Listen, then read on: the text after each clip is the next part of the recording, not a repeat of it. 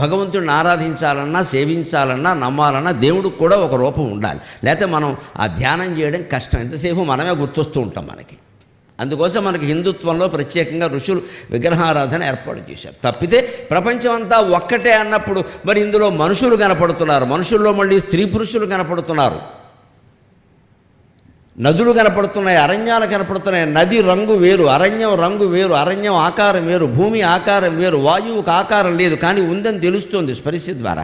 ఆకాశానికి ఆకారమే లేదు కానీ ఏదో ఉందని నమ్ముతూనే ఉన్నాం మనమంతా కూడా. మరి పంచభూతాలు ఉన్నాయి కదా, వాటి రంగులు, రుచులు, వాసనలు, భౌతిక ధర్మాలు, రసాయనిక ధర్మాలు ఉన్నాయి కదా. ఇవన్నీ లేవంటే ఎలాగా అంటే శంకరాచార్య మాత్రమే ప్రపంచం మొత్తం మీద ఈ ప్రశ్నకి జవాబు చెప్పారమ్మా. అద్భుతమైన జవాబు చెప్పారు. ఒక్క నిమిషంలో మీరు వినబోతున్నారు. దేశం మిథ్య, కాలం మిథ్య, పరిస్థితులు మిథ్య అని చెప్పారు శంకరాచార్య. ఎప్పుడు చెప్పారు? 1200 ఏళ్ల క్రితం చెప్పారు. బ్రహ్మ సత్యం జగన్ మిథ్య, జీవో బ్రహ్మైవ నా అపరః, జీవన్ ముక్తస్తు తద్విద్వాన్ ఇది వేదాంత డిండిమఖ.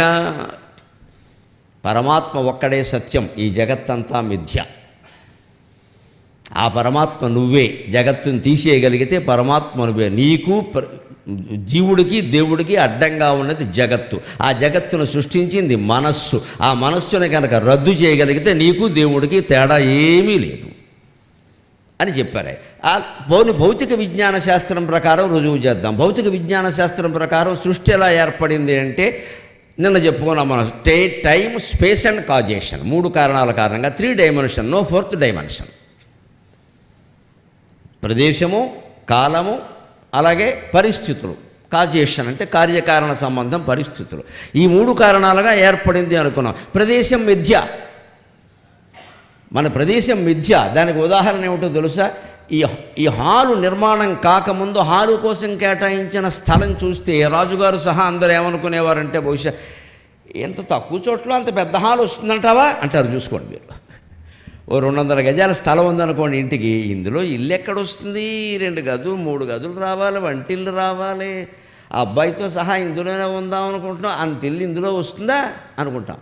కానీ ఆ 200 గజాల్లో నేర్పుగా ఇంజనీరు, తాపీ మేస్త్రి, కూలివాళ్ళు అందరూ కలిసి ఇల్లు కట్టేసి 2 గదులు, వంటశాల, 2 BHK 3 BHK అన్నీ చూపించే భలే వచ్చేసిందిరా అనుకుంటాం. అందుకే దేశం మిథ్య, ప్రదేశం మిథ్య. నువ్వు ఇల్లు కట్టకముందు ఒకలా కనపడింది, కట్టాక ఒకలా కనపడుతుంది. ఇంకో ఉదాహరణ, విమానంలో మనం ప్రయాణిస్తున్నాం. ఇవాళ విమానం ఎక్కని వాళ్ళు ఎవరున్నారు? హైదరాబాద్ వచ్చేసింది, శంషాబాద్ వచ్చింది అనగానే కిటికీ పైకెత్తి చూస్తూ ఉంటాం. చూసినప్పుడు శంషాబాదులో, ఆ హైదరాబాదులో అన్నీ ఎలా కనపడతాయి? మేడలన్నీ గోడల్లా కనపడతాయి, దారులన్నీ దారాల్లా కనపడతాయి, దారులన్నీ దారాల్లా కనపడతాయి, నదులన్నీ ఏవో తీగల్లా కనపడతాయి. మరి అలా రోడ్డు అలా లేదు కదండి, నది అలా లేదు కదండి, మేడ అలా లేదు కదండి, గోడ అలా లేదు కదండి. అంటే నువ్వు పైనుంచి చూడడం వల్ల అలా కనిపించాయంటాం. నిజమే కదా? అయితే కింద నుంచి చూడడం వల్ల ఇలా కనిపిస్తున్నాయి. ఇది పొరపాటే. అది పొరపాటైతే ఇది పొరపాటే. అది లాజిక్, అది సైన్సు. పైనుంచి చూడడం వల్ల సన్నగా కనపడుతున్నాయి అనేది నిజమే. అయితే నువ్వు కింద నుంచి దగ్గర నుంచి చూడడం వల్ల ఇలా కనపడుతున్నాయి, దూరం నుంచి చూడు కనపడవు. ఇంతకీ ఏది నిజం? దృగ్బ్రహ్మ దృశ్యం మాయా స్యాత్ ఇది వేదాంత డిండిమఖ. శంకరాచార్య చెప్పిన మాట. దృగ్దృశ్యముతౌ పదార్థౌ ద్వౌ పరస్పర విలక్షణౌ దృగ్బ్రహ్మ దృశ్యం మాయా స్యాత్ ఇది వేదాంత డిండిమఖ. దృక్కు దృశ్యమని 2 ఉన్నాయి. దృక్ అంటే చూపు, దృశ్యం అంటే చూడబడే పదార్థము, వస్తువు ఏదైనా. దృక్కు దృశ్యం. ఎప్పుడు దృక్కే నిజం, దృశ్యం నిజం కాదన్నారు. ఎందుకంటే మనం ఎలా, నేను మీ ఎవరిని నేను పరిశీలనగా చూడను, ఎందుకంటే చూస్తే చెప్పలేం. ఖచ్చితంగా ఇందులో నాకు దగ్గర బంధువు ఉన్నారనుకోండి, వీడేంటి ఇక్కడికి వచ్చాడు, మన ఆస్తి కొట్టేశాడు వీడికి నా ప్రవచనం ఎందుకు? వెంటనే ఒక ఫీలింగ్ వచ్చింది మనస్సులో. ఇక నా ప్రవచన ధోరణి మారిపోతుంది. ఎందుకంటే నేను చెప్పేవాటికి వాడు ఏమనుకుంటున్నాడో నాకు లెక్క. ఇప్పుడు వాడు ఒక్కడి స్పందన ముఖ్యం ఇక్కడ. అయితే నాకు బాగా మిత్రుడు ఎవరన్నా వచ్చి కూర్చున్నాడు అనుకో, ఏమనుకుంటాడో మన గురించి, ఇంకేదో చెప్పడం వాడి గురించి. ఇది ఎందుకు వచ్చింది? నీ చూపులో దోషం ఉంది కాబట్టి దృశ్యం మారిపోయింది. ఇంతమంది ఉన్నట్టే అతను ఉన్నాడు లేదా ఆమె ఉంది, నీకు ఎందుకు ప్రత్యేకంగా ఆలోచిస్తున్నావు? నీకేదో ప్రత్యేక అనుబంధం ఉంది అక్కడ, రాగం కావచ్చు, ద్వేషం కావచ్చు. ఈ రాగద్వేషాలు మానుకుని చూడగలిగితే అంతా ఒక్కటే. నాకు ఇప్పుడు ఆనంద ఫంక్షన్ హాల్లో మీరందరూ ఒక్కటే. ఎందుకంటే నేను వస్తూనే అందరికీ నమస్కారం చేసి వచ్చాను, ఎవరిని పరిశీలనగా నేను చూడలేదు. పరిశీలన అన్నాం అనుకో ప్రమాదం, మొగాడైతే ఒక ప్రమాదం, ఆడదైతే 2 ప్రమాదాలు. అంటే దృశ్యం ఎప్పుడూ మాయే, అది నీ దృక్కును బట్టి మారిపోతుంది. అంటే దృక్కు శాశ్వతం, దృశ్యం శాశ్వతం కాదు. ఇప్పుడు మనం చూసే మనుషులు, వాళ్ళ గురించి మనం ఏర్పరచుకున్న అభిప్రాయం అన్నీ మాయే. నువ్వు కావాలంటే మార్చుకోవచ్చు, మార్చే అవకాశాలు చాలా ఉన్నాయి ఇక్కడ. శాశ్వతంగా ఎవరో ఒకలాగే ఉండరు, అజ్ఞానం అది. వాళ్ళు మారుతూనే ఉంటారు, ఇంకా దిగజారిపోవచ్చు, ఇంకా పెరగచ్చు, ఏదైనా జరగచ్చు. మనం అవన్నీ గమనించు. వాళ్ళ గురించి ఎప్పుడో 30 ఏళ్ల క్రితం ఉన్న అభిప్రాయం ఎప్పటికీ ఉంటుంది మనకి. ఇది ఎందువల్ల వచ్చింది, దీనికి మూలం ఏమిటో గమనించండి. అహం, అక్కడ మనకేదో జరిగింది, అవమానమో సన్మానమో, దాన్ని బట్టి వచ్చింది అభిప్రాయం. ఈ నేను అనేది పోతే అది లేదు. అందుకే దృగ్బ్రహ్మ దృశ్యం మాయాస్యాత్. నీ చూపుని జాగ్రత్తగా చూసుకో. నీ దృష్టి బాగుంటే ప్రపంచం అంతా బాగానే ఉంటుంది. సృష్టిలో భేదం లేదు, నీ దృష్టిలో తప్ప. మనం మార్చుకోవాల్సింది దృష్టినే. సృష్టిని మారుద్దామని ప్రయత్నం చేద్దాం, మన వల్ల ఎక్కడవుతుంది? అందుకని ప్రదేశం ఇచ్చాయి. విమానం నుంచి చూడడం వల్ల దూరం నుంచి చూశాం కాబట్టి అలా కనపడిందండి. నిజానికి గోడ చాలా పెద్దదిగా ఉంది. మీరున్న గోడ దగ్గరే చిన్న కుర్రాన్ని నుంచోబెట్టండి. ఒక గోడ 14 అడుగుల పొడుగుంది, 12 అడుగులు వెడల్పు ఉంది. అది గుడి చుట్టూ కట్టినటువంటి రాతి గోడ అనుకుందాం. 12 అడుగులు వెడల్పు ఉంది. ఒక 50 అడుగులో 60 అడుగులో చుట్టూ గోడ ఉంది. దాని పక్కన నువ్వు ఉంచుంటే ప్రహరీ గోడ బాగానే ఉందండి. చిన్నపిల్లాడు నుంచున్నాడు అనుకో, ఎంత పెద్ద గోడో అంటాడు. వాడికి అది పెద్దది, నీకు పెద్దది కాదు. ఎందుకే గోడ ఒకలాగే ఉంది. అది 100 అడుగులే పొడుగు, 12 అడుగులే వెడల్పు. నీకు పెద్దదిగా కనపడలా, వాడికి పెద్దదిగా ఎందుకు కనపడింది? వాడు చిన్నపిల్లాడు, వాడు కళ్ళు చిన్నవి, వాడు చూపు చిన్నది. నువ్వు పెద్దవాడివి, నీ చూపు పెద్దది. అంచేది ఎందుకే గోడలాగే ఉండగా మీరిద్దరూ రెండో రకంగా అనుకుంటున్నారంటే ఏది శాశ్వతం? దృక్కు శాశ్వతం, దృశ్యం ఎప్పుడూ అశాశ్వతమే. అలాగా నక్షత్రాలు ఉదాహరణకి మనకి ఇక్కడి నుంచి చూస్తున్నాం అనుకోండి, ఇలా నక్షత్రాలకు ఆ పేర్లు ఎందుకు పెట్టారండి? అశ్విని, భరణి, కృత్తిక, రోహిణి, మృగశిర, స్వాతి, విశాఖ. ఇవాళ విశాఖ నక్షత్రం ఎందుకు పెట్టారు ఆ పేరు? శాఖ అంటే కొమ్మ, విశాఖ అంటే 4-5 కొమ్మలు. విశాఖ నక్షత్రం అంటే కొన్ని కోట్ల నక్షత్రాల సముదాయం, ఒక నక్షత్రం కాదు అది. ఏ నక్షత్రమైనా అంతే, ఒక నక్షత్రం కాదు అది. అది కొన్ని కోట్ల నక్షత్రాల సముదాయం. కొన్ని కోట్ల నక్షత్రాల సముదాయం ఇక్కడి నుంచి భూమి నుంచి చూసే వాళ్ళకి గుర్రం ముఖం ఆకారంలో కనపడింది, దానికి అశ్విని అని పేరెట్టాడు. ఇంకొన్ని కోట్ల నక్షత్రాల సముదాయం కుంకుమ భరిణి ఆకారంలో కనపడింది, దానికి భరణి అని పేరెట్టాడు. ఇంకో నక్షత్ర సముదాయం కత్తెర ఆకారంలో కనపడింది, దానికి కృత్తిక అని పేరెట్టాడు. ఇంకో నక్షత్ర సముదాయం చిన్న మొలక ఆకారంలో కనపడింది, దానికి రోహిణి అని పేరు పెట్టాడు. రోహిణి అంటే మొలక. ఇంకో నక్షత్ర సముదాయం ఒక లేడీ శిరస్సు ఆకారంలో కనపడింది, దానికి మృగశిర అని పేరు పెట్టాడు. మానవుడే పెట్టాడు ఈ పేర్లు. అంటే ఋషులు, ఎవరైతే ఋషులే పెట్టారు. వాళ్ళు ఎలా పెట్టారు? ఇలాగ పెట్టారు. పైగా ఇంకో విచిత్రం, ఇది కేవలం ఋషులు సరదాగా పెట్టిన పేర్లు కనపడటం కాదండి. నాసా వారు చేసిన పరిశోధనల ప్రకారం అశ్విని నక్షత్రం అని మనం భావించే సముదాయాన్ని మొత్తం మ్యాప్ పాయింటింగ్ చేశారు వాళ్ళు. అంటే చుక్కల ముగ్గు వేసి చుక్కలన్నీ కలుపుతారే, అలా చుక్కలన్నీ కలిపి సరిగ్గా గుర్రముఖం ఆకారం వచ్చింది. That is India. ఇంత పెద్ద ప్రయోగశాలలు పెట్టి, గొట్టాలు పెట్టి, గొడుగులు పెట్టి, లక్షల కోట్ల రూపాయలు ఖర్చు చేసి నాసా కేంద్రం వారు, ఇతర వైజ్ఞానిక శాస్త్రవేత్తలు, విదేశీయులు, పశ్చిమ ముఖం వాళ్ళందరూ ఈవేళ కనిపెట్టిన విషయాన్ని నా జాతి కొన్ని వేల ఏళ్ల క్రితం కనిపడింది. భారతీయులమైనందుకు గర్వించాలి. ఎలా కనిపెట్టారు? అదో ప్రశ్న, దానికి సమాధానం ఉంది. వారి తపోమయ దృష్టి. 2 నిమిషాలు మాట్లాడకుండా ఉండలేం, ఒక అర నిమిషం మౌనంగా ఆలోచించకుండా ఉండలేం. మనకి తపస్సు ఎలా అర్థమవుతుంది? వారు 1000 ఏళ్ళు తపస్సు చేశారు. ఇక్కడ మీకు కమండలం పట్టుకుని శపించడానికి సిద్ధంగా ఉన్నవాళ్ళ కనపడుతున్న విశ్వామిత్రుడు 1000 ఏళ్ళు ఒంటి కాళ్ళ మీద నిలబడ్డాడమ్మా, కాలు ఇలా పెట్టి. 1000 ఏళ్ళు ఒంటి కాళ్ళ మీద తపస్సు చేశాడు ఆయన. అంత తపస్సు నీలోకి నువ్వు వెళ్ళి నీ ఆత్మ మీదే నువ్వు దృష్టి పెట్టి చూస్తే యస్మిన్ సర్వం యస్య సర్వం యతఃసర్వం యస్మాయిదం ఏన సర్వం యద్ధి సర్వం తత్సత్యం సముపాస్మహే అని అర్థమవుతుంది. అన్నీ ఇందులోంచే వచ్చాయి, అన్నీ ఆత్మలోంచే వచ్చాయి అంటే ఆత్మ అనే మూల పదార్థం మీద దృష్టి పెట్టాము. అప్పుడు నీకు అర్థం కాని విషయం లేదు. ఏ విషయం ఎలా తెలుస్తుంది? వెంటనే ఆ ఆత్మజ్ఞాని అయిన వాడు ఏం చేస్తాడంటే, తపోనిష్టలో ఉన్నవాడు ఏదైనా విషయం తెలుసుకోవాలి అనిపిస్తే నక్షత్రసముదాయం.com అని కొడతాడు. అక్కడ ఒక సంకల్పం చేస్తాడు, వెంటనే నక్షత్ర సముదాయం వాడికి కనబడుతుంది. ఇది తపశ్శక్తి. కేవలం గొట్టాలు గొడుగులకి ఎంత శక్తి ఉంటే తపస్సుకి ఎంత శక్తి ఉంటుందండి. అది ముందు మౌనం ద్వారా, ధ్యానం ద్వారా, భగవత్ నామస్మరణ ద్వారా, ఏకాగ్రత ద్వారా మనం దాన్ని సాధించే ప్రయత్నం చేయాలి. అందుకని మనకి చేత కదా కదా అని తపస్సులు లేవంటే అలాగా. వారందరూ ఫోటోలు సరదాగా పెట్టుకున్నాం ఇక్కడ. వారి మీద ఒక్కొక్కరి మీద ఒక్కొక్క రోజు చొప్పున 7 రోజులు పని లేక మాట్లాడుకున్నాం. ఆ తపస్సు ద్వారా వాళ్ళు కనిపెట్టారు, యంత్రం ద్వారా వీరు కనిపెట్టారు. లలితా సహస్రంలో 3 ఉన్నాయి. మహాయంత్ర, మహాతంత్ర, మహామంత్ర, మహాసన. యంత్రం ద్వారా ఒక శక్తిని యంత్రం ద్వారా పని చేయించవచ్చు. తంత్రం అంటే యజ్ఞం ద్వారా పని చేయించవచ్చు. మంత్రం కేవలం జపం ద్వారా పని చేయించవచ్చు. యజ్ఞాలు చేయడానికి బాగా ఖర్చు అవుతుంది, యంత్రాలు కొనడానికి బాగా ఖర్చు అవుతుంది. మంత్ర జపానికి ఖర్చు ఏమవ్వదు, నువ్వు సమయం కేటాయిస్తే చాలు. అది చేయొచ్చుగా, అది చేస్తే అర్థమవుతుంది.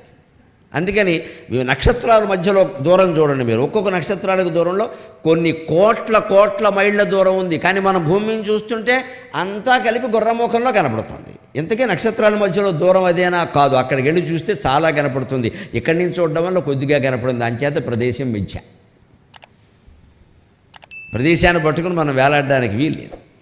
ప్రదేశం మిథ్య అనడానికి నేను ఇంకా చాలా తేలిగ్గా అర్థమయ్యే ఉదాహరణ అత్యాధునికమైనది. భీమవరంలో వాళ్ళకు కూడా తెలిసేది, ఇదివరకే చెప్పా. అపార్ట్మెంట్లు అందరం కొన్నాం మనం.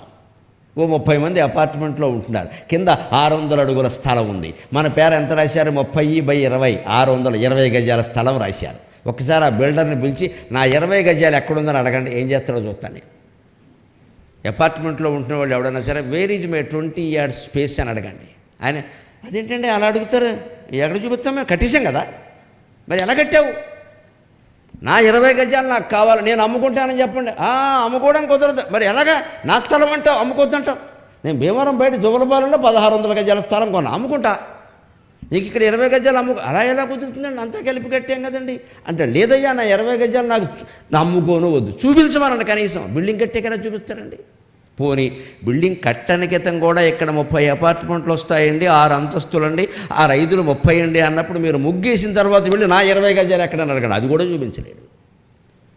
మొత్తం మీద ఉన్న 600 గజాలని 30 మందికి సర్దుబాటు చేసి 20 గజాలని కాగితం మీద రాశారు తప్పితే నిజంగా ఆ స్థలం అక్కడ లేదు. అంచేత అంతే కాగితాల మీద అలా లేదనడానికి వీల్లేదు. కాగితాల మీద నీ పేరు రాసి, మీ నాన్న పేరు కూడా రాసి, ఈయన పేర మొత్తం వాటాలో 20 గజాల స్థలం ఉందని రాశారు. ఇంతకీ ఆ స్థలం అక్కడ ఉందా లేదా? నిజంగా లేదు, వ్యావహారికంగా కాగితాల మీద ఉంది. అలాగే ఈ జగత్తు నిజంగా లేదు, మన వ్యావహారికంగా ఉంది. అంతే తేడా. అపార్ట్మెంట్ అర్థమైతే అద్వైతం అంతా అర్థమవుతుంది. నాకు ఈ విషయం సైనిక్పురి అపార్ట్మెంట్ కొన్నాకే అర్థమైంది. అప్పుడు ఇక్కడే అర్థమైపోయింది. అంతవరకు శంకరాచార్య అద్వైతం నాకు అర్థం కాదు. ఇట్లా మిథ్య అంటాడు ఈ పిచ్చి మనిషి. మనకు కనపడుతున్నారు భార్య పిల్లలు ఇల్లు అందరూ. అపార్ట్మెంట్ దీనికి 30 లక్షలు ఇచ్చాము, ఈ అపార్ట్మెంట్కి మిథ్య అంటారేమిటి అని చూశా. కానీ మరి ఈ గోడ చూస్తే నాది కాదు, పక్కన ఇంకోటి ఉన్నాడు సరిపడికల పాపయ్య. ఈ గోడ నాది కాదు, ఇంకోటి ఉన్నాడు సింగరాజు లింగరాజు, వాడికి వాటా అది సరిహద్దుల్లో రాశారు. మన పైన నాదా సీలింగ్ ఫ్యాన్ నాదా, సీలింగ్ నాది కాదు, పైన ఇంకోటి ఉన్నాడు. ఎవడు చెప్తాడండి దీనికి? కింద ఏదైనా అడుగులు వేస్తే పైనుంచి ఒకడు వచ్చి ఎవరు చిల్డ్రన్ ఆర్ డిస్టర్బింగ్ అంటాడు. వాడు కింద ఇంకోడు ఉన్నాడు, ఎవడో వెంటయ్యా. ఈ నలుగురికి 4 రకాల భాగం ఉన్నప్పుడు నేను దేనికి 30 లక్షలు ఇచ్చినట్టు? మధ్యలో ఉన్న శూన్యానికి 30 lakhs ఇచ్చా మిత్రమా. అందుకే జగత్తు మిథ్య. గోడ నీది కాదు, మేడ నీది కాదు, పేడ నీది కాదు. నీదేం చెప్తున్నావు అక్కడ? కాగితాల మీద నీది అంతే, వాస్తవంగా నీది కాదు. అది శంకరాచార్య చెప్పిన మాట. జగత్తు వాస్తవంగా లేదు, నీకు ఉన్నట్టు కనిపిస్తుంది కాబట్టి ఉంది అనుకో, నాకు అభ్యంతరం లేదు అన్నాడు. ఎంతవరకు ఉంటుంది? నువ్వు ఉన్నంత వరకు ఉంటుంది. నిన్నో ఎప్పుడో మొన్నో ఎవడో మన చుట్టాల్లో ఒకడు పోయాడు. వాడికి జగత్తుతో ఏమైనా సంబంధం ఉందా చెప్పండి? ఏమైనా బాకీలు ఏమైనా తీరుస్తాడా? పోనీ కొత్తగా బాకీ ఏమైనా చేస్తాడా? అడగడానికి ఉన్నాడా? ఒక్క దెబ్బతో మొత్తం పోయిందా లేదా? ఈ అద్వైత జ్ఞానం పొందగలిగితే మనం అప్పులు చేయకుండా ఉంటాం, భోగలాలుసలం కాకుండా ఉంటాం, భక్తి జ్ఞాన వైరాగ్యాలతో ఉంటాం, రామచంద్రమూర్తిలాగే ఉంటాం, వశిష్ఠుని శిష్యుల్లాగే ఉంటాం. ఈ జ్ఞానం అంత గొప్ప. అందుకని దేశం మిథ్య, ప్రతి కాలం కూడా మిథ్యే. ఇప్పుడు అమెరికా మనం ఇక్కడ కూర్చొని ఇలా మాట్లాడుకుంటున్నాం 7:10 అయింది. ఇప్పుడు అమెరికాలో కొన్ని చోట్ల పొద్దున్న 7:10 అవుతుంది, కొన్ని చోట్ల ఉదయం 10 అవుతుంది, కొన్ని చోట్ల ఇంకా తెల్లారదు, రకరకాలుగా ఉంటుంది. మరి కాలం అంటే ఇక్కడ 7, ఇక్కడ నీకు రాత్రి 7 అయింది, అక్కడ పొగలైంది. కాలం మిథ్య, వారికో కాలం మనకో కాలం. ఇంకో రకంగా కూడా ఐన్స్టీన్ కాలంలోనే ఒక ప్రయోగం చేసి చూశారు, దాని ద్వారా కూడా రుజువైంది. 2 కవలలు పుట్టారనుకోండి ఒక ప్రదేశంలో, ఒక ఇంట్లో 2 కవలలు పుట్టారు. ఒక పిల్లాడిని అక్కడే ఉంచండి, ఇంకో పిల్లాడిని ర్యాకెట్ వేగంతో అంతరిక్షంలోకి పంపించండి, 20 ఏళ్ల వరకు తేకండి. వాడికి అక్కడే అంతరిక్షంలోనే భోజనం, స్నానం ఏం కావాలో అవి వాడు బతకడానికి అవసరమైన ఏర్పాటు చేసేయండి. ఇప్పుడు జరుగుతున్న ఈవేళ పత్రికలు చూశారు మీరు, చంద్రుడి మీద, అంగారకుడి మీద మనం ఇల్లు కట్టుకోవడానికి ఏర్పాటు చేస్తున్నారమ్మా. భీమవరం వాళ్ళు సిద్ధంగా ఉండొచ్చు, కోడిపందాలు ఆడకుండా ఉంటే బోల్డ్ డబ్బులు మిగులుతాయి. జరుగుతున్నాయి, వీళ్ళ పత్రికలో వచ్చింది, చంద్రుడి మీద గూడు అని వచ్చింది. అటువంటి చంద్రుడి మీద ఉండే వాతావరణానికి సమానమైన వాతావరణమే మన కాశ్మీర్, లద్దాఖ్ ప్రాంతంలో ఉంది. కాబట్టి అక్కడ ప్రయోగాలు చేస్తున్నారు. లద్దాఖ్ ప్రాంతంలో -15 డిగ్రీల ఉష్ణోగ్రత ఉంటుంది, చంద్రుని మీద ఇంకొంచెం మైనస్ అంతకంటే ఉంది. ఇక్కడ మనం అభ్యాసం చేస్తే, ఇక్కడ స్పేస్ వాక్ చేస్తే, ముందు నడిస్తే, ఇక్కడ ఏం తింటామో కనిపెడితే దాన్ని బట్టి అక్కడ కూడా తెలుసుకోవచ్చు కదా అని ఇప్పుడు చేస్తున్నారు మన ఇస్రో, ఇండియన్ శాస్త్రవేత్తలు చేస్తున్నారు. ఈవేళ పత్రికలో వచ్చింది చూసుకోండి మీరు. అంచేతనే ఈ కాలం అనేది ఉంది. ఇప్పుడు ఈయన ఏం చెప్పాడంటే, ఐన్స్టీన్ కానీ ఇతర శాస్త్రవేత్తలు, రూథర్ఫర్డ్ బ్రహ్మాండమైన శాస్త్రవేత్త, ప్రపంచంలో సృష్టిలో ఉండే ద్రవ్యరాశి అంతా ఓ చోటకి చేర్చి ముద్ద చేస్తే క్రికెట్ బంతిగా మార్చి నా జేబులో పెట్టుకుంటానని చెప్పాడు. అంతే ద్రవ్యరాశి, అంతకంటే లేదు, పదార్థం లేదు అంతకంటే. ఉన్న పదార్థం బాగా విస్తృతంగా, మధ్యలో ఖాళీ బాగా ఎక్కువ ఉండడం వల్ల, ఖాళీని నువ్వు చూడకపోవడం వల్ల కనబడుతుంది, అంతకంటే లేదు. అందుకని కాలం మిథ్య. అందుకని ఇక్కడ ఒక పిల్లాన్ని ఇక్కడ అట్టేపెట్టి 20 ఏళ్ల పాటు ఒకడిని అంతరిక్షంలోకి పంపించామనుకోండి, 20 ఏళ్ల తర్వాత వాడిని ఇక్కడ తీసుకొచ్చామనుకోండి, విచిత్రం ఏమిటో తెలుసా, వీడికి 20 ఏళ్ళు వయస్సు వస్తుంది, వీడికి నూనెకు మీసాలు అన్నీ ఉండే, నా పెళ్ళెప్పుడు అంటూ ఉంటాడు. వాడు నువ్వు అక్కడ తీసుకెళ్ళినప్పుడు ఎలా ఉన్నాడో అలాగే ఉంటాడు. ఎందుకంటే అంతరిక్షంలో బరువు తగ్గిపోతుంది, శరీరం పెరగదు. అంతరిక్షంలో కాలం వేరు. మనకి ఇక్కడ 100 ఏళ్ళు గడిస్తే అంతరిక్షంలో ఏడాది అవుతుంది. మనకి సరిగ్గా పురాణాలు చెప్పిన మాట ఇది. మనకి ఇక్కడ నెల గడిస్తే చంద్రలోకంలో 1 రోజు అవుతుంది, చంద్రలోకంలో 1 రోజు అవుతుంది. అందుకే చంద్రయాన్ 2 వాళ్ళు పైకి వెళ్ళినప్పుడు ఆ రోవారో ఏదో కిందికి పంపించినప్పుడు ఇది 14 రోజులే పనిచేస్తుంది, తర్వాత పనిచేస్తున్నారు. ఎందుకంటే రాత్రి అవుతుంది అక్కడ. 14 రోజులు పగలు, 14 రోజులు చీకటి. 14 కలిపితే 28 నక్షత్రాలు కలిపితే మొత్తం నెల ఒకటే కదా. అందుకే చంద్రమా మనసో జాతక, చంద్రుడికి వృద్ధిక్షయాలు ఉంటాయి. అందుకే మనం పోయిన వాళ్ళకి మాసికాలు పెడతాం. పోయిన ప్రతివాడు ముందు చంద్రలోకానికి పెడతాడు, టికెట్ లేకుండానే పెడతాడు, అక్కడ ఉంటాడు. వాడికి ఏదైనా పెట్టింది అందాలి అంటే మనం ఇక్కడ నెలకోసారి పెడితే వాడికి అందుతుంది, ఖచ్చితంగా ప్రతిరోజు అందుతుంది. ఎందుకంటే మనకి ఇక్కడికి రోజుకోసారి బాగా ఆకలి అవుతుంది, వాడికి నెలకోసారి కానీ అవ్వదు, అంతే లెక్క. నెలకోసారి కానీ అవ్వదు. అంచేత ఈ అవ్వడం అవ్వకపోవడం, ఆకలి అయితేనే నీకు అన్నం తింటావు, లేకపోతే తినవు కదా. నెల్లాళ్ల పాటు నీకు ఆకలి లేదు అనుకో, మీరు ఎప్పుడు తింటారంటే నెలకోసారి అని చెప్పడం, రోజుకోసారి అంటాడు. వాడికి నెలే రోజు, వాడికి అది నెలే రోజు. చంద్రమండలంలో లెక్కలు వేరు, ఇంద్రమండలంలో లెక్కలు వేరు, దేవలోకాల్లో లెక్క, అవి పురాణాల లెక్కలు అనుకున్నాం. మన చంద్రయాన్ 2తో సహా రుజువైంది. అంగారకుడి మీదకి మనిషి పెడితే ఇంకా బాగా రుజువు అవుతుంది. పురాణాలు చెప్పినవన్నీ పరమసత్యాలు అనే విషయం రుజువై తీరుతుంది, అనుమానం ఏం లేదు. మహర్షులు తపశ్శక్తి ద్వారా కనిపెట్టారు. అంచేది ఈ కవలల్లో ఒకడిని ఇక్కడి నుంచి ఒకడిని పైకి పంపితే వాడిని తర్వాత 20 ఏళ్ల తర్వాత తీసుకొస్తే వాడు పసిపిల్లాడిలాగే ఉంటాడు, వీడు ఎదిగిపోయాడు. అక్కడి వాతావరణం కారణంగా వాడు ఎదిగాడు, ఇక్కడ వాతావరణం కారణంగా వీడు ఎదిగాడు, అక్కడ వాతావరణం కారణంగా వాడు ఎదగలేదు. ఇద్దరూ ఒకరోజే పుట్టారు. మనం ఎందుకు ఈ కవలలంతా ఒకలాగే ఉంటారు అనుకోండి, ఇద్దరు ఇక్కడే ఉన్నారు కాబట్టి, అంచేతన కాలం మిథ్య, మనం నమ్మడానికి వీల్లేదు. అమెరికాలో కాలం వేరు, మన దగ్గర కాలం వేరు. దుబాయ్లో కాలం వేరు, మన దగ్గర కాలం వేరు. నీ కాలము అంటే నువ్వు భారతదేశంలో పశ్చిమ గోదావరి జిల్లాలో భీమవరంలో ఉన్న కాలం నువ్వు చెబుతున్నావు, అంతే లెక్క. దేశం మిథ్య, కాలం మిథ్య. ఇప్పుడు ఇంకో మాట అండి, పరిస్థితులు మిథ్య. ఒకప్పుడు చైనాలో 1 or none అన్నారు, ఇప్పుడు మహిళలకు ఫోన్లు చేసి అమ్మా కనండి అంటున్నారు. పరిస్థితులు ఎప్పటికప్పుడు మారిపోతాయి. ఇదివరకు ఒకప్పుడు మగపిల్లాడు పుట్టగానే మగమహారాజు, అమ్మ పుట్టని బిడ్డ మగమహారాజు. మా అమ్మ కూడా అనేది, పుట్టకూడని మగబిడ్డ పుట్టాడు. ఎందుకంటే ఆవిడ కడుపున 5 పుట్టాం, మరి అందటి ఇంకా ఇద్దరు వెళ్ళిపోయారు. అయితే 7 మొత్తం 7 మగపిల్లలు, 2 కన్య తల్లి. అందుకని ఆవిడ ఊళ్ళో అందరూ రమణమ్మ గారు మగపిల్లల తల్లి అంటున్నాడు. ఇప్పుడు ఏమైందమ్మా, మగపిల్లలు చాలామంది ఉన్నారమ్మా, అమ్మాయిలు దొరకట్లేదు. ఇప్పుడు మగపిల్లాడి తల్లికి పెద్ద విలువ ఏం లేదు. ఆడపిల్ల తల్లి కొంచెం కొమ్ములు వస్తున్నాయి ఈ మధ్య. నమశివాయ.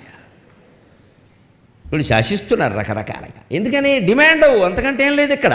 ఎవరు గొప్పవాళ్ళు కాదు, ఎవరు తక్కువ వాళ్ళు కాదు, డిమాండ్. ఇదివరకు మగపిల్లల తల్లులు ఏ రకంగా పెత్తనం చేశారో ఇప్పుడు ఆడపిల్లల తల్లులు చేస్తున్నారు. వీళ్ళు చదువుకున్నారు, వీళ్ళు ఉద్యోగం చేస్తారు. మా అమ్మాయి కాఫీ పెట్టదండి, అన్నం వండదండి, ఆర్డర్ పెడుతుందండి, అన్నం వండదు, నీకు ఇష్టమైతే చేసుకో లేతే అంటే ఓకే అని చేసుకుంటున్నాడు వాడు. గతి లేదు, ఏం చేయమంటావు అక్కడ. ఇప్పుడు అన్నం పెట్టేవాళ్ళు ఎక్కడ ఉన్నారు, ఆర్డర్ పెట్టేవాళ్ళే. కానీ పైకి చెప్పేస్తున్నారు మొహమాటలు, మా అమ్మాయికి అవన్నీ రావండి, అత్తగారికి సేవలు అవన్నీ మాకు కుదరవండి, మీరు మనుషులను పెట్టుకోండి చెప్పేస్తున్నారమ్మా. చచ్చినట్టు అంటున్నారు. అయితే పిల్లాడికి పెళ్ళవుదాం. పరిస్థితులు మారాయా లేదా? అంచేత పరిస్థితులు మిథ్య. 1200 ఏళ్ల క్రితం శంకరాచార్య చెప్పిన వాక్యాన్ని ఇప్పుడు చూస్తున్నామా లేదా మనం? ఇదివరకు పెళ్లి చూపులు మా చిన్నతనంలో కూడా మాకు బాగా తెలుసుండే. అవునో కాదో మొగాడే చెప్పాలమ్మా, ఆడది చెప్పడానికి వీల్లేదు. పూర్వం అంతే. పెళ్లి చూపులు అయితే మగపిల్లాడిని అమ్మాయ్య వాళ్ళు అవునంటే బాగుండు, వాళ్ళు అసలు అమ్మాయిని అడిగేవారు కాదు. వాళ్ళు వెంటనే అప్పుడు ఫోన్లు కూడా లేవు కదా, ఉత్తరం రాశావు, మీ అమ్మాయికి మాకు నచ్చింది, ఇద్దరం కలిసి మాట్లాడుకుంటే అమ్మాం బాపతో ఆడపడుచు లాంఛనాలు సహా 10,000 ఇప్పించగలరు, అది కుదిరితే ముహూర్తం పెట్టుకోవచ్చు అని కార్డు రాసేవారు. అప్పుడు వెళ్ళేవారు. అమ్మయ్య వాళ్ళు రాశారు, వాళ్ళ కోసం చూసేవారు తప్పితే అమ్మా నీకు అబ్బాయి నచ్చాడని అడగలేదమ్మా ఎవరిని. మా 2 అక్కాయిల్ని కూడా మా నాన్నగారు అడగడం నేను చూడలా, ఆయన ఇష్టం వచ్చినట్టే చేశారు. వాళ్ళు అలాగే కాపురాలు చేశారు. వాళ్ళు అడగకుండా మీరు పెళ్లి చేయండి, ఏమవుతుందో పెళ్లి సమయానికి పెళ్లి కూతురు ఉండదు. నమశివాయ. అదేమిటే ఇలా చేసావంటే, నన్ను అడగలేదు కదా, నిన్ను అడిగే పని నాకు లేదు, వెళ్ళు. ఆ ఊరికి ఈ ఊరు ఎంత దూరం, ఈ ఊరికి ఆ ఊరు అంతే దూరం. ఎందుకు? ఇది పరిస్థితులు అంచేది. పరిస్థితులు మిథ్య. సృష్టికి కారణం 3: టైం, స్పేస్ అండ్ కాజేషన్. కాలం మిథ్య, దేశం మిథ్య, పరిస్థితులు మిథ్య. మిథ్య అంటే ఒకటి గమనించండి దయచేసి, లేదు అని కాదు, నిత్యం మారిపోతూ ఉంటుందని అర్థం. నిత్యం మారిపోతూ ఉండేది ఉన్నట్టా లేనట్టే లెక్క. గడియారంలో నిమిషం గంటల ముళ్ళు ఉంది, కనపడుతుంది. ఎక్కడుందంటే కూడా చెబుతావు నువ్వు. నిమిషాల ముళ్ళు ఎక్కడుందంటే కూడా చెబుతావు మిత్రమా. కానీ సెకండ్ల ముళ్ళు ఎక్కడుందో చెప్పండి ఎవరైనా. కరెక్ట్గా చెప్పాలి. చెప్పలేరు. నువ్వు చెప్పేలోగా అది 4 సెకండ్లు దాటిపోయింది, ఎలా చెబుతావు? అంటే సెకండ్ల ముళ్ళు లేదా, కనపడుతోంది ఇంత పొడుగు. పైగా సెకండ్ల ముళ్ళు లేకపోతే నిమిషాల ముళ్ళు గంటల ముళ్ళు ఉండే ఉపయోగం లేదు. అది తిరగబట్టే అది 60 రౌండ్లు వేసేసరికి నిమిషాల ముళ్ళు తిరుగుతోంది. నిమిషాల ముళ్ళు 60 రౌండ్లు వేసేసరికి గంటల ముళ్ళు కదులుతోంది. సెకండ్ల ముళ్ళు మీదే మొత్తం ఆధారపడింది. ఆ సెకండ్ల ముళ్ళు ఉన్నట్టా లేనట్టా, కనపడుతుంటే ఉన్నట్టు, వాస్తవంగా లేనట్టు. ఎక్కడుందో నువ్వు చెప్పలేవు. కనపడుతున్నదాన్ని చెప్పాలి కదా. ఎక్కడుందో చెప్పలేకపోతున్నామంటే లేనట్టే కదా. అది నిరంతరం తిరుగుతోంది. ఆ రకంగా జగత్తు నిరంతరం తిరుగుతోంది. తిరుగుతుండడం అంటే సంస్కృతంలో భ్రమణం అంటారు. భూమి తన చుట్టూ తాను భ్రమిస్తోంది, సూర్యుడు చుట్టూ పరిభ్రమిస్తోంది. భ్రమిస్తున్న భూమి మీద, పరిభ్రమిస్తున్న భూమి మీద ఉన్న మనం భ్రమలో ఉండకపోతే నిజంలో ఎలా ఉంటామండి? అర్థం లేకుండా. అంచేత సైన్స్ ద్వారా కూడా శంకరాచార్య చెప్పింది నిజం. ఉన్నదంతా ఒక్కటే, ఆ ఒక్కటే నువ్వు. అదొక్కటి తెలుసుకోగలిగితే మనలో ఉండే రాగద్వేషాలన్నీ పోతాయి. యస్మిన్ సర్వం యస్య సర్వం యతః సర్వం యస్మాయిదం ఏన సర్వం యద్ధి సర్వం తత్సత్యం సముపాస్మహే అని చెప్పి ఇప్పుడు చెబుతున్నాడు. అటువంటి సర్వం అంతా తెలిసిందంటే అంతా ఒక్కటే. మరి అద్వైతాన్ని లోకం వ్యవహారాల్లో ఆచరించడం ఎలాగా? ఉట్టి జ్ఞానం మనకుంటే ఉపయోగం ఏముంది? ఆచరించాలి కదా. ఇక్కడే కొంచెం జాగ్రత్తగా ఉండాలి. యోగ వాసిష్ఠ కర్త వశిష్ఠుడు ఏమంటున్నాడంటే, ఆచరించడంలో ఎప్పుడూ 2 విధానాలు ఉంటాయ్యా. భావాద్వైతం సమాశ్రిత్య సత్తాద్వైతమయాత్మక, భావాద్వైతం సమాశ్రిత్య సత్తాద్వైతమయాత్మక, కర్మాద్వైతమనాదృత్య ద్వైతాద్వైతమయో భవ. అయోమయంగా ఉంటుంది వింటుంటే శ్లోకం, కానీ ఏ పదానికి ఆ పదం విడగొడితే స్పష్టంగానే తెలుస్తుంది. ఇంకా దీన్ని సులభం చేయడం కోసం తర్వాత ఇంకో మాట చెప్పారు. భావాద్వైతం సదా కుర్యాత్ క్రియాద్వైతం నకించన. భావాద్వైతం సదా కుర్యాత్ క్రియాద్వైతం నకించన అద్వైతం త్రిషు లోకేషు నాద్వైతం గురుణా సహ అని స్పష్టంగా చెప్పారు. మనం వ్యవహారాలు చేసేటప్పుడు మనస్సులో అంతా ఒక్కటే అన్న భావనతో ఉండాలి. బయటికి మాత్రం వాడు వేరు మనం వేరు అని ప్రవర్తించాలి. లేకపోతే వ్యవహారం నడవదు. ఇంత సభ 3 రోజులు చెప్పాక రాజుగారు వారి కార్యదర్శి అందరూ వచ్చి, అంతా ఒక్కటేనండి, మేము ఇచ్చేదేముంది, మీరు పుచ్చుకునేదేముంది, నమశివాయ అంటే నేనేం చేయాలి? మట్టి అయిపోవా? అల్లా కుదరదండి అంటారు. అంతా ఒక్కటైతే మీరు చెప్పుకోపోయారని నన్ను పిలవడం. అంచేది వ్యవహారం నడవాలంటే దేనికి అది వేరే. కానీ అంతా ఒక్కటేమిటి? వారికి దీని యందు ఒక ఆసక్తి లేకపోతే ఇంత వేదాంతాన్ని, ఇంత జ్ఞానాన్ని, ఇంత వైరాగ్యాన్ని ఈ ఊరి జనానికి ఉచితంగా అందించాలనే ఆసక్తి ఆ మహారాజుకి లేకపోతే ఇవన్నీ జరుగుతాయండి. ఆయనకి నమస్కారం చేస్తున్నాను నేను ఇక్కడి నుంచి, ఆయన సౌజన్యానికి. ఈవేళ ఆయన గురించి ఓ మాట విన్నాను, నాకు గుండె నిండిపోయి చెబుతున్నానమ్మా. ఆయన సంస్థల్లో పనిచేసే ఉద్యోగులందరికీ మొత్తం పిల్లల ఫీజులన్నీ ఆయనే కడుతున్నారటమ్మా. ఎవరు ఎంప్లాయీస్ కట్టాల్సిన పని లేదు. వారి దగ్గర ఉద్యోగులు చెప్పారు నాకు, వారు చెప్పలేదు ఇంతవరకు.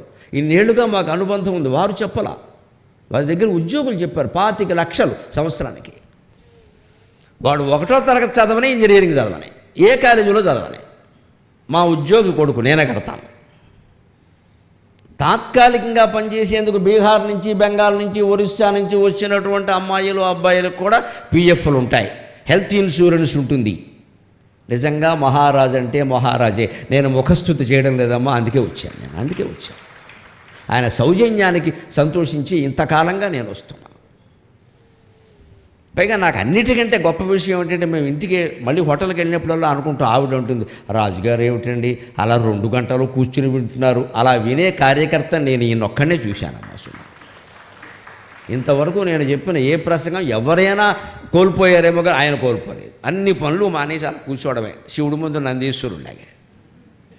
ఎవరు కూర్చోరండి, ఎక్కడెక్కడో తిరుగుతారు. వాళ్ళకి కావాల్సింది ఏమిటంటే, గొప్ప కార్యక్రమం పట్టించారండి, అండం కావాలి. ఆ గొప్ప అక్కర్లేదు ఇక్కడ, ఈ గొప్పలు ఆయనకు అక్కర్లేదు. పెద్ద శ్రీకృష్ణదేవరాయలు చనిపోతే పెద్దన భార్యల కంటే ఎక్కువగా ఏడిచాడు. కృష్ణదేవరాయలు పోయాడు. కృష్ణరాజులతో దివికి గలేక బ్రతికియున్నాడ జీవోత్సవంబవోలే అని బాధపడ్డాడు అలసాని పెద్దన. కృష్ణరాయలు పోయినప్పుడే నా ప్రాణం కూడా పోవలసింది, జీవోత్సవంలా బతుకున్నా అంటే ఒక ఆయనకు అనుమానం వచ్చి, ఏమిటయ్యా పెద్దన గారు ఓవర్ యాక్షన్ చేస్తున్నావా, వాళ్ళు భార్యలు కూడా ఏడవలేదయ్యా, అంత బాగా నువ్వెందుకు ఏడుస్తున్నావు, నీకేం తెలుసయ్యా, మహారాజులు దొరుకుతారు, అగ్రహారాలు ఇచ్చేవాళ్ళు దొరుకుతారు, కూర్చుని వినే శ్రోత ఎక్కడ దొరుకుతాడయ్యా అన్నాడు. కవికి కావలసింది శ్రోత. ఆ కవిత్వాన్ని ఆస్వాదించడం, ఊరికే బొమ్మలా వినడం కాదు, ఆస్వాదించి స్పందించేవాడు కావాలి. ఎవ్వరూ స్పందించకుండా అంతా బొమ్మరాళ్ళలా ఉంటే ఏం చెబుతామమ్మా ఇక్కడ. అంచేతను మీరు అంతా ఒకటే అని చప్పట్లు కొట్టడం మానేసి దెబ్బరొట్టు మొహాలు వేసుకుని అలాగే కూర్చున్నారనుకో, 1 గంట అయ్యేసరికి నాకు విసుగొస్తుంది, వీళ్ళకి అక్కర్లేదని స్పందించాలి. కానీ అదే లోపాయికారి, ఆ స్పందన నేను ఆశించకూడదు. అదే అద్వైతం. మీరు స్పందించాలి, నేను ఆశించకూడదు. వారు ఇవ్వాలి పారితోషికం, నేను ఆశించకూడదు. అంతే లెక్క. ఇచ్చింది పుచ్చుకోవాలి. అప్పుడు బాగానే ఉంటుంది, వ్యవహారం నడవాలి కదా. ఇది చెబుతున్నాడు ఇక్కడ. భావాద్వైతం సమాశ్రిత్య, భావంలో ఎప్పుడూ అద్వైతమే ఉంచుకో. అంతా ఒక్కటే. సత్తా అద్వైతమయాత్మక, నీ ఎగ్జిస్టెన్స్, నీ ఉనికి కూడా అద్వైతంతోనే పెట్టుకో. నేను అంతా ఒకటే, అంతా లోపల భావం అంతా అదే. కానీ కర్మాద్వైతమనాదృత్య, పనిలో ఎప్పుడూ అద్వైతం వద్దు, కొంపలు అంటుకుపోతాయి. కొడుకే, తండ్రి. తల్లి కూతురు మీద కోపం వచ్చిందనుకో, ఎటా బుద్ధి లేకుండా ఈ పని అనొచ్చు. కూతురికి తల్లి మీద కోపం వచ్చిందనుకో, ఎటమ్మా బుద్ధి లేకుండా అనకూడదమ్మా. ఏమ్మా మతి లేకుండా ఏంటి ఈ పనులు, పెద్దదానివి, ఇది అనాలి. మరి నిజానికి మతి అంటే బుద్ధే.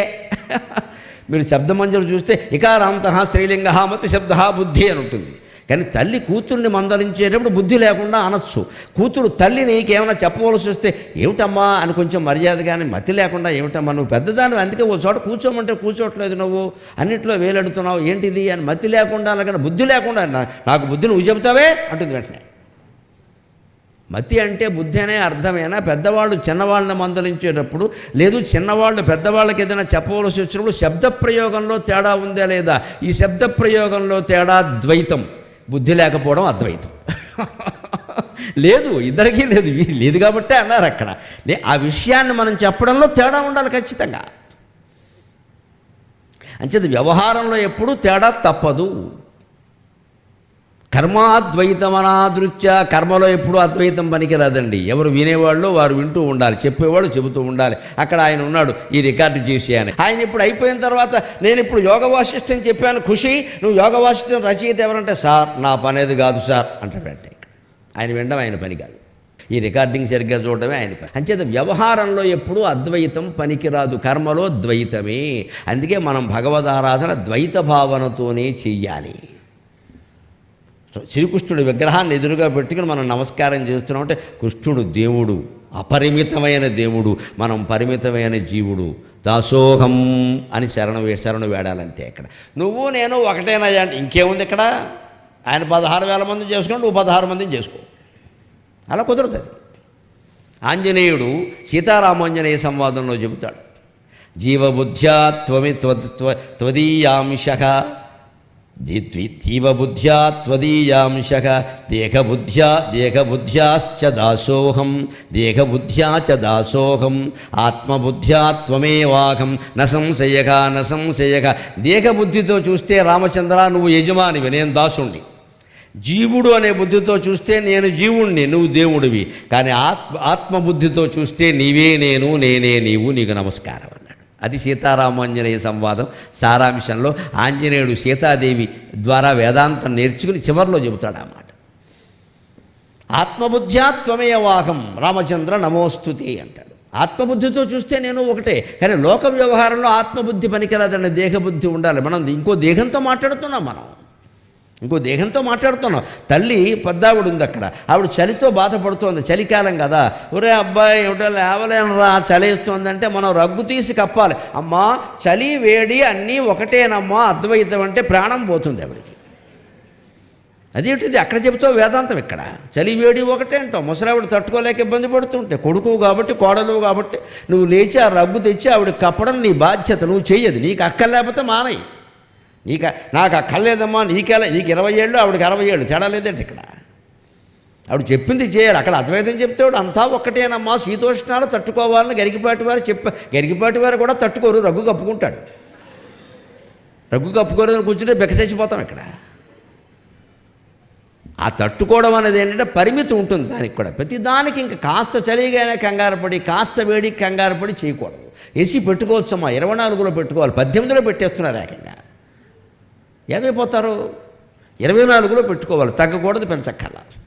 ఒక అలవాటుగా ఉంటుంది అది. ఎందుకంటే రూమ్ టెంపరేచర్ కూడా 24 సుమారుగా ఉంటుంది. పర్వాలేదు, అలవాటు పడాలి. నువ్వు 18, 16 పెట్టి, పైగా పసిపిల్లలు ఉండే చోట పెడుతున్నారు అలాగా. వాళ్ళకి అవయవాలు ఏవి పనిచేయవమ్మా, చెవులు వినపడవు, కళ్ళు కనపడవు, అన్నీ చచ్చుబడిపోతాయి. మంచులో ఉంటున్నారు వాళ్ళు ఏసీలు. పసిపిల్లలు ఉన్న చోట ఏసీ ఎప్పుడు 24కి తగ్గనీయకూడదు.